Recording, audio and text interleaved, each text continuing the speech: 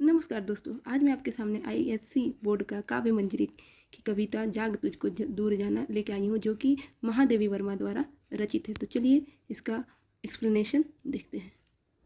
चिर सजग आंखें उनिंदी, आज कैसा व्यस्त बाना, जाग तुझको दूर जाना। हे पथिक, तेरी सदा सचेत होशियार और सावधान रहने वाली आंखों में आज आलस से सुस्ती और थकान क्यों दिख रही है।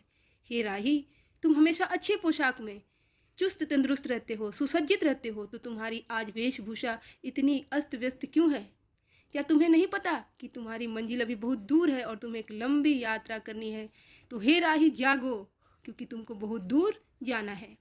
अचल हिमगिरी के हृदय में आज चाहे कंप हो ले, अर्थात अपनी मंजिल की ओर आज बढ़ते हुए तुम्हें चाहे कितनी ही बाधाओं का सामना क्यों न करना पड़े, चाहे हमेशा अडिग और अचल रहने वाला हिमालय पर्वत थर्राने लगे, कांपने लगे, डोलने लगे, तुम्हें डरना नहीं है, तुम्हें निरंतर आगे बढ़ना है।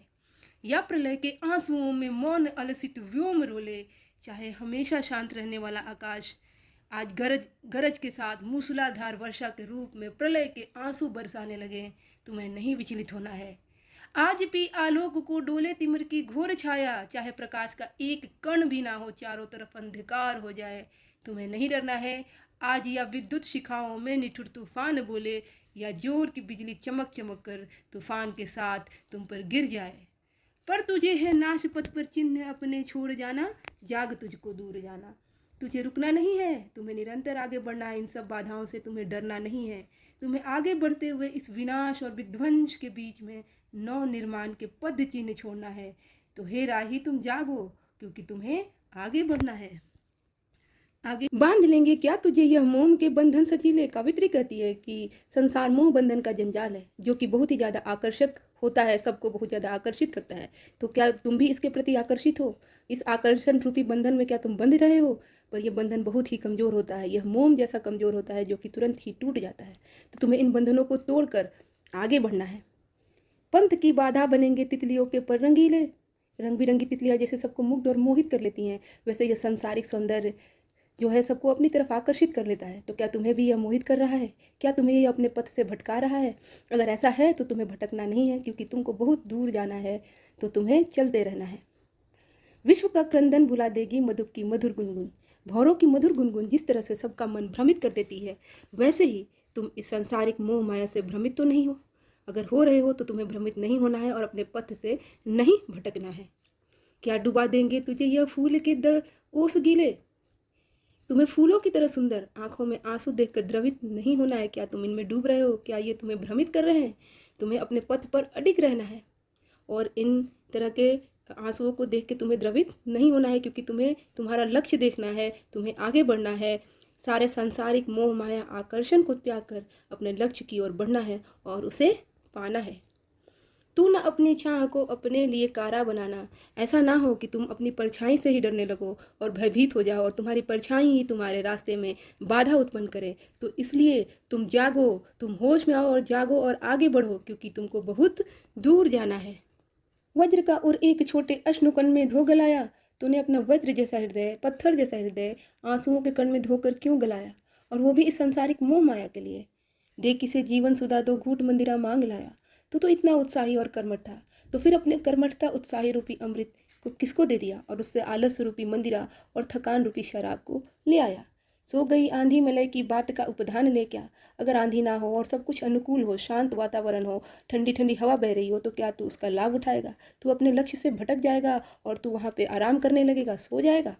विश्व का अभिशाप क्या चिरनींद बनकर पास आया। जिस तरह ये विश्वव्यापी और विश्व अभिशाप है कि अगर मानव को आसान और सजग राह मिल जाए तो उसे नींद सताने लगती है, तो क्या ये अभिशाप आलस्य से तुझे भी घेर रहा है और तू इसमें घिर चुका है? अमरता सुत चाहता कि मृत्यु को उर में बसाना, तू तो अमृत्व को प्राप्त करने के लिए आया है, फिर मृत्यु से क्यों डरता है? तुझे अमृत्व के लक्ष्य को प्राप्त करना है और उसके लिए तुझे प्रयत्नशील रहना है।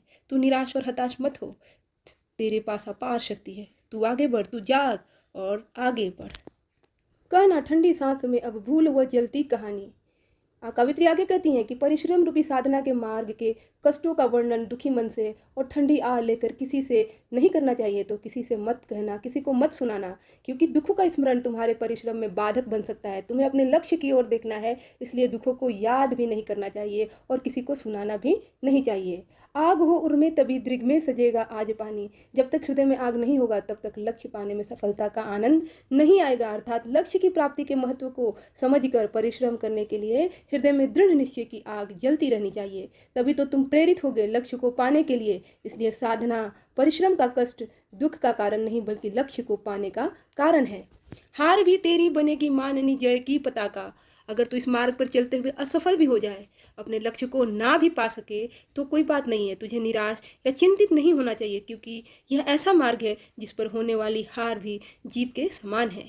राख क्षणिक पतंग की है अमर दीपक की निशानी। जिस तरह से एक पतंगा दीपक पर जलकर स्वयं को राख बना लेता है, उसी तरह से लक्ष्य को पाने में असफल रह जाता है, फिर भी अपने लक्ष्य पाने के लिए मिटने में तो सफल हो जाता है। उसी प्रकार जीवात्मा भी अविनाशी परमात्मा को पाने के लिए अपने को मिटाकर अमृतत्व की भागी बन जाती है। तो हमें अपने लक्ष्य की ओर चलना चाहिए, दृढ़ता पूर्वक अपने लक्ष्य की ओर बढ़ना चाहिए। है तुझे अंगार शैया पर मृदुल कलियां बिछाना।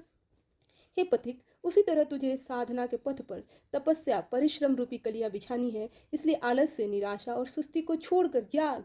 तुझे बहुत दूर जाना है। जाग, तुझको दूर जाना और अपने लक्ष्य को प्राप्त करना है। इसलिए तू जाग और चल।